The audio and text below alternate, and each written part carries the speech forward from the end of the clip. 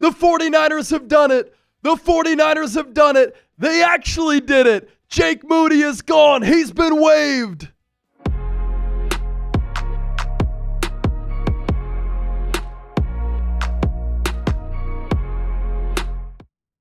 '49ers fans are rejoicing worldwide. You're watching the San Francisco 49ers Report. My name is Chase Sr., and no matter where you are or how you're tuned in, we appreciate you for making today's show a part of your day. And the breaking news, of course, the San Francisco 49ers have actually waived Jake Moody. He's gone. He is no longer this team's kicker. This is a move that should have been done last year. So the Niners waited and waited and waited, but it got to a point where he could no longer be on this football team because you could not continue to lie to this locker room.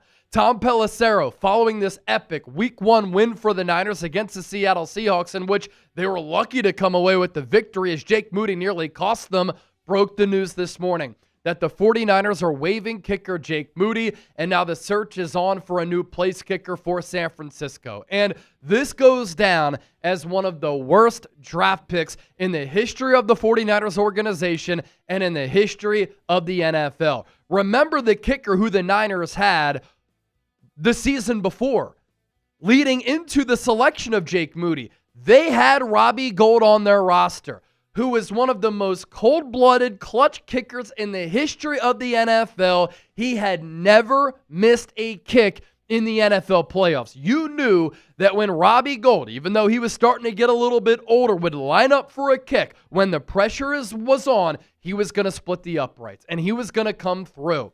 And what the 49ers did not want to do is pay decent money for a veteran kicker in Robbie Gould. And so going into the 2023 NFL draft, they have talked about this. They didn't have a lot of needs on their roster. One of the needs that they had, because they didn't want to pay Robbie Gould any longer, was kicker. And that is the reason why they took Jake Moody in the third round, which was a dumb thought process, a dumb decision. And when you think back to that moment, the 49ers were a team that in 2022, of course, made it to the NFC Championship game, and they didn't have a lot of needs on the roster. But that still is an inexcusable thought process, because look at this team now. Look at what their plan was going into 2025. And they still, right, have needs all across the roster, depth pieces, starters. And so it never made sense to take a kicker in the third round. And you never go into the draft, especially with a great selection in the third round, trying to draft just based upon need. You take the best player. And Jake Moody was picked probably 100 picks prior to when he should have gotten picked. And they should have never gone with the kicker in the third round, but they did it because they're like, well, we're looking at this roster right now. We don't have needs. Kicker's a need. Well, in hindsight, you could have really used a quality playmaker with that third-round selection, and now Jake Moody doesn't even last 3 seasons with San Francisco, the team that drafted him in 2023. And honestly, I'm kind of surprised that the Niners officially did it, but I give them props for doing this. This couldn't have been easy, right? They're like, man, we used a third-round pick on Jake Moody. We know that if we let him go now, we're really going to get a lot of slack. But it's easier to absorb it now as compared to if you continue to hold on to him and he would have cost you at least a game, maybe more. And you knew that we were going in that direction, because when you look in the eyes of Jake Moody, he had lost confidence in himself. The coaching staff lost confidence in him. The rest of his teammates also had no confidence that when he would trot onto the field for a field goal or even an extra point, that he was going to be able to split the uprights. Time and time again, the Niners kept trying to justify using a third-round pick on a kicker. This is a move that needed to be done. It was time to cut your losses and just admit that what you did, your thought process, the draft selection, and you holding on to him this long was just an outright mistake. Boinking a kick against the Seahawks in Week 1 off the upright from 27 yards was the final nail. And you saw how Kyle Shanahan reacted to it. He couldn't believe it. He was seething. He was so angry. And You could tell that he wanted to let out a bunch of expletives. He wanted to be irate and visibly show it on the sideline, and he did a little bit, but he had to control himself just a tad because he couldn't just go up to Jake Moody and just ream him out. But then the Niners let things fester a little bit. They let some thoughts marinate, and after Kyle Shanahan had said after the game that we're going to move forward with Jake Moody, he's definitely going to be our kicker. Here we are on this Tuesday, September 9th, and San Francisco is moving on. The Niners realized we just can't have him on the roster any longer. And what was so telling is that he had no confidence in himself.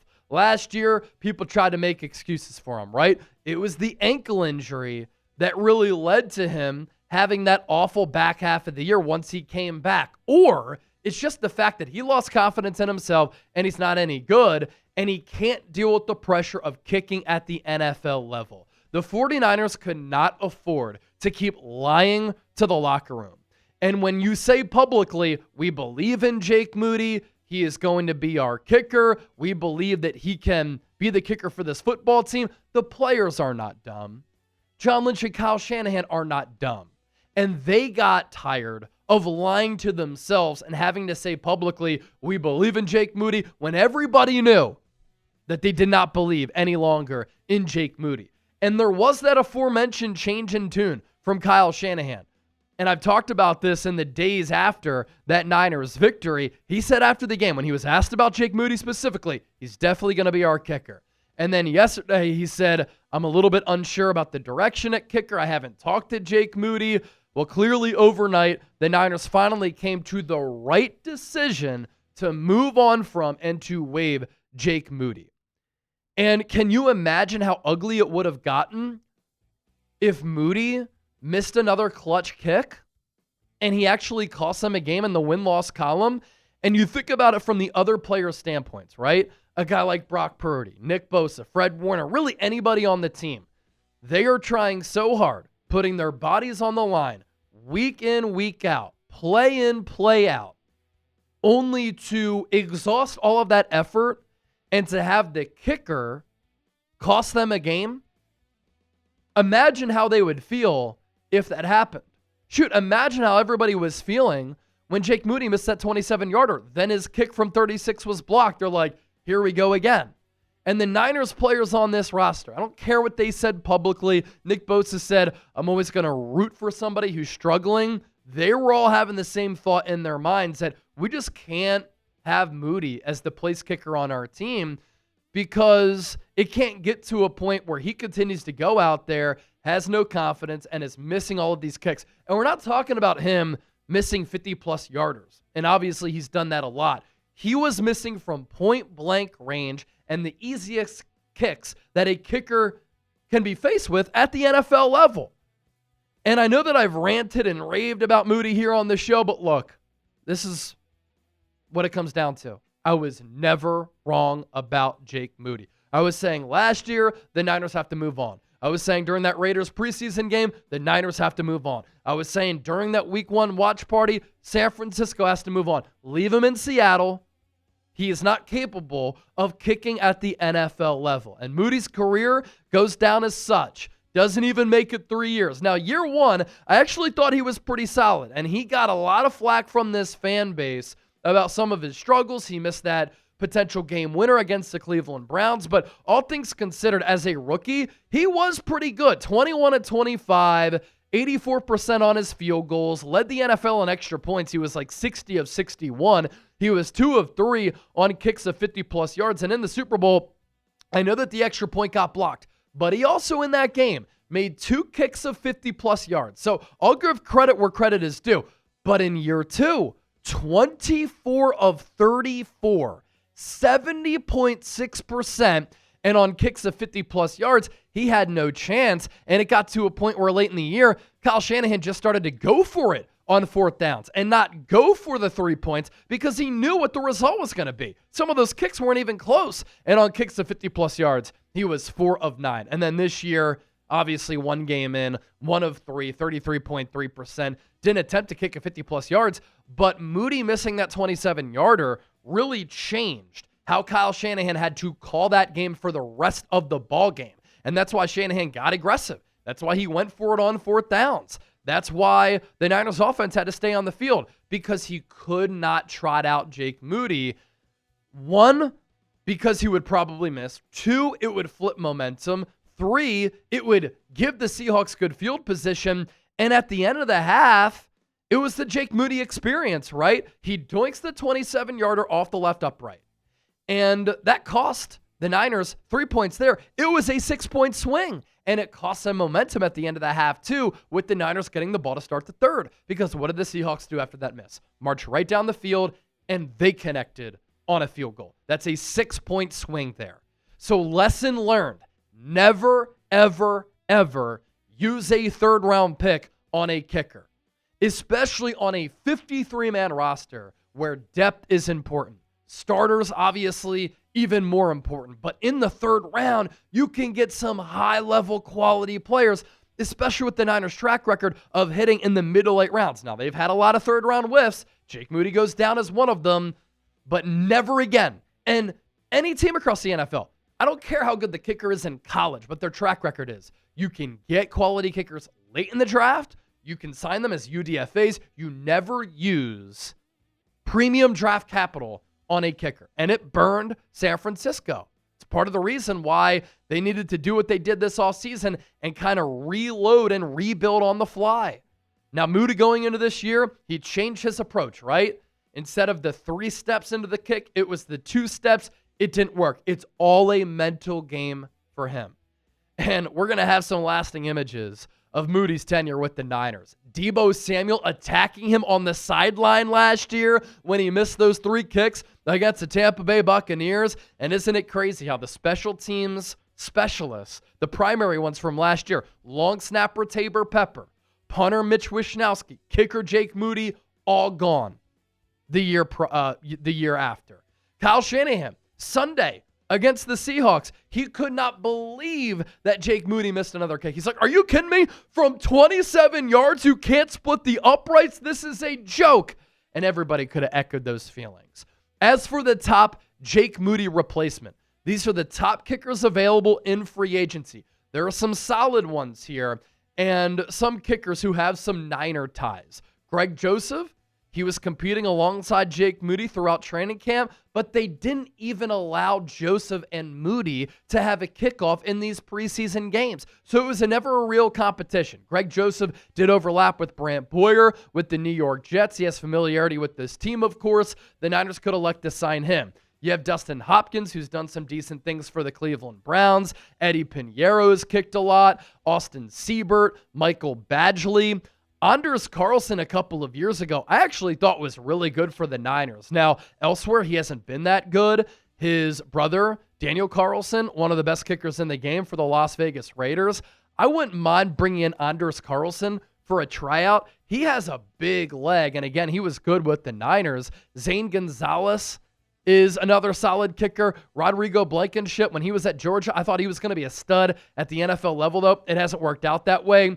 And I'm putting Justin Tucker on here as a talking point. A lot of people are going to bring him up. He is one of the best kickers in the history of the NFL. But he's suspended the first 8 games of the year. Given the legal situation and the weirdness and the oddness behind it, I'm not signing Justin Tucker.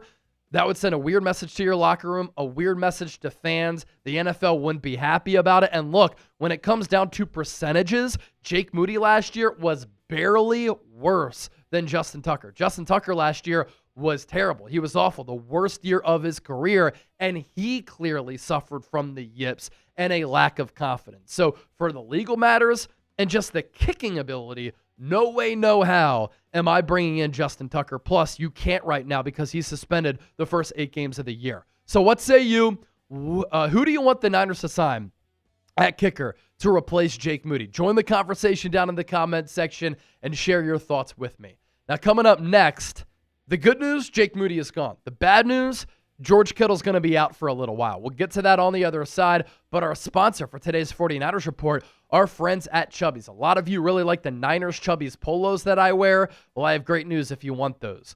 $10 off using the code ChatSports at chubbyshorts.com/chatsports. Chubbies has comfy, casual, built-for-life clothing. I love the Chubbies original stretch shorts. They can live on your legs. They're available in long, short, waist short, depending on the look that you're going for. Relaxed fit, elastic waistband, no fuss design. And this is no real ad read, right? If we don't mention the classic line swim trunks from Chubbies.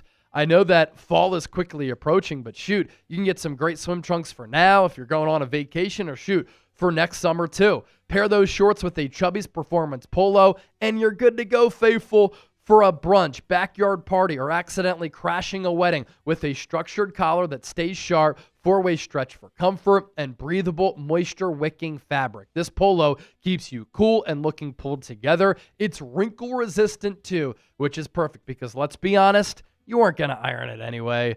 Whether you're layering up for tailgates, lounging through lazy Sundays, or just leaning fully into fall comfort, Chubbies has you covered. For a limited time, Chubbies is giving our listeners, our viewers, $10 off your order when you use the code CHATSPORTS at chubbyshorts.com/chatsports. That's code CHATSPORTS at chubbyshorts.com/chatsports. If you're going out to the bar, sitting by the pool, you're going golfing, you're hosting a show like me, Chubbies has you covered. Support the show with Chubbies today. All of that information down below in the comment section, then attached to the pinned comment of today's San Francisco 49ers report. All right, we move forward on today's show. The good news for the San Francisco 49ers, Jake Moody is gone. The bad news is all-world tight end George Kittle has been placed on IR, and he's going to be out at least 4 weeks with that hamstring issue and the injury that he suffered week 1 against the Seattle Seahawks. And Kittle got off to a great start coming off that contract extension this offseason. Caught the first touchdown of the year from Brock Purdy on that out route as the Niners on their first drive of the season went 95 yards down the field against one of the top defenses in the NFL, in my opinion. And then a little bit later, Kittle early in that game ran a vertical route and he did not return. This tells me this hamstring injury is pretty serious because he's landing on IR. I talked about this last night. We had an indication this was going to happen because Ian Rappaport of the NFL Network had reported that Kittle will miss 3 to 5 weeks. And when you land on injured reserve, you have to sit out at least 4 games. This is, of course, a huge loss for the 49ers. You're already shorthanded at wide receiver, and now you're without Brock Purdy's number one go-to option because their connection since Purdy came into the league in 2022 has been dynamite. Something else to remember, too, Niners have 2 roster spots now open. Kittle goes on IR. Jake Moody has been waived. We'll see what the corresponding roster moves are for San Francisco here in the coming days. Kittle, he's really come alive with Purdy as his quarterback. And obviously prior to that, when Jimmy Garoppolo, C.J. Beathard, Nick Mullins were throwing him the pill, he was a perennial Pro Bowler and an All-Pro. But his numbers, specifically with Purdy, have been electric. Back-to-back 1,000-yard seasons, 8 touchdowns last year. The year before that, when he was a second-team All-Pro, he was a first-team All-Pro in 2023. And you look at those touchdown numbers. I believe 5 or 6 of Kittle's 11 touchdowns late in the year came once Purdy replaced Jimmy G and Trey Lance late in the season. So Kittle's production has really skyrocketed with Purdy throwing him the rock, and Kittle has been the go-to option for Brock Purdy. And this is a shame, too, because Kittle, obviously an older player. When the Niners gave him that contract extension this offseason, we knew it was a little bit risky because of the age and some of the injury history that he's had. Last year, he had a couple of different hamstring injuries. And so the Niners, a little bit of a risk giving him $19.10 million per year on that contract extension. If he can escape the injuries, I think he's going to be worth every penny because even though he is a little bit older, even though he's been a little bit banged up, eye test-wise, he has not lost a step. Picking up Yak as a great third down option in the red zone, being dynamic on some of these money downs. He is still so dynamic and the best all-around tight end in the NFL, but you're paying him a lot of money to miss at least the next month. And this is what the Niners' schedule looks like over the next month and change. And so he's going to be out at least against the Saints, Cardinals, Jags, and against the Rams. Then you have a little bit of a mini bye there going into week 6 against the Bucs because you play Los Angeles on Thursday night. And so that could be the target date for George Kittle there. If not against the Bucs, hopefully against the Falcons. But point here being, Niners offense going to be without George Kittle for a little while. It was great that Jake Tonches was able to step in and play well. Niners are going to have to lean on him a lot. They're going to have to lean on Luke Farrell, who's more of a blocking tight end, but had a clutch grab like Jake Tonches did late in that Seahawks game. But it can't be understated, right? George Kittle is such a great player as a leader in between the lines, and San Francisco's offense is really going to miss him, again, especially when you're shorthanded at that wide receiver spot. Don't forget to hit that subscribe button whenever breaking news happens. I always have you covered, and I'll see you a little bit later here today.